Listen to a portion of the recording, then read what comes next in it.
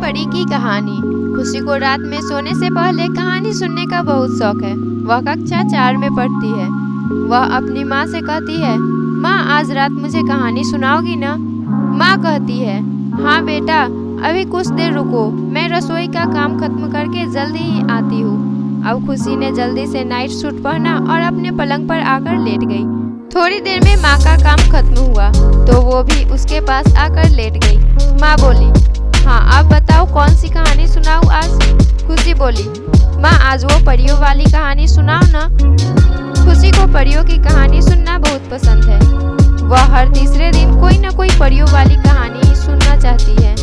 माँ बोली, अच्छा चलो आज मैं तुम्हें गुलाबी परी की कहानी सुनाती हूँ। माँ ने कहानी शुरू की। बहुत समय पहले की बात है। परलोक में बहुत सारी परियां रहती थी।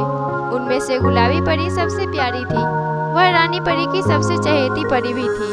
गुलाबी परी यदि कोई इच्छा करती तो वह उसे जरूर पूरा करती। एक दिन खेलते खेलते गुलाबी परी के मन में आया कि क्यों ना पृथ्वी लोक पर सैर के लिए जाया जाए। उसने पृथ्वी लोक और वहाँ के लोगों के बारे में बहुत सुना हुआ था।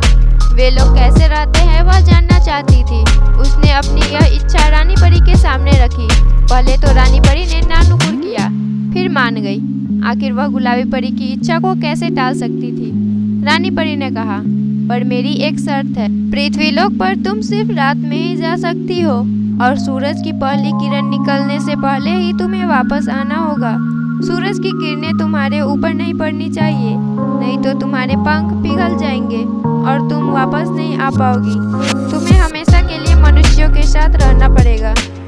गुलाबी परी ने जल्दी से कहा, ठीक है। वह तो पृथ्वी लोक पर जाने के नाम से ही उत्साहित थी। रानी परी ने कहा, लेकिन तुम अकेले नहीं जाओगी, तुम्हारे साथ तुम्हारी 3 और बहनें भी तुम्हारी सुरक्षा के लिए जाएंगी। सब्ज परी, नील परी और लाल परी। गुलाबी परी और भी खुश हो गई। ये सब तो मेरी सहेलियां हैं, अब तो और भी मजा आएगा। हम सब वहाँ जाकर मजे करेंगे, किसी बाग में खेलेंगे और नृत्य करेंगे। बाकी परियां भी बहुत खुश हो गई। आखिर उनको भी पृथ्वी लोक पर जाने का मौका मिल रहा था। वे सब रात का बेसब्री से इंतजार करने लगी। जैसे ही पृथ्वी लोक पर अंधेरा छाया, चारों परियां तैयार हो गई। रानी परी ने एक बार फिर से अपनी चेतावनी दोहराई, याद रहे सूरज की पहली किरण निकलने से पहले ही परी लोक वापस आना होगा। फिर रानी माँ ने सभी परियों को आंखें बंद करने को कहा। थोड़ी देर बाद जब चारों परियों ने आंखें खोली तो वे सब एक हरे भरे बाग में थी। चारों तरफ सुंदर सुंदर फूल खिले थे। तितलियां फूलों पर मंडरा रही थी। हवा में ठंडक थी।